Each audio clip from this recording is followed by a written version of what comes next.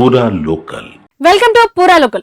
తాజాగా Iran Israel మధ్య సంపూర్ణ కాల్పుల విరమణ ఒప్పందాన్ని ట్రంప్ ప్రకటించిన కొద్దిసేపటికే ఇరాన్ ట్రంప్ చేసిన వ్యాఖ్యలను తిరస్కరించింది.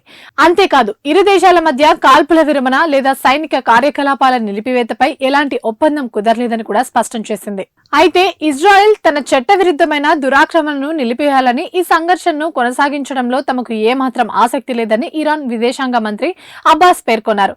ఈ యుద్ధాన్ని ఇజ్రాయెల్ ప్రారంభించింది. ప్రస్తుతం ఇరు దేశాల మధ్య ఎలాంటి కాల్పుల విరమణ లేదా సైనిక కార్యకలాపాల విరమణపై ఒప్పందం లేదని కూడా తెలిపింది.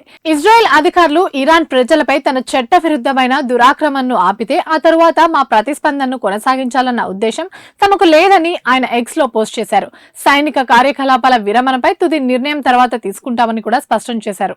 ఇవి ఇప్పటివరకు అప్డేట్స్. మరిన్ని అప్డేట్స్ కోసం చూస్తూనే ఉండండి పూరా లోకల్.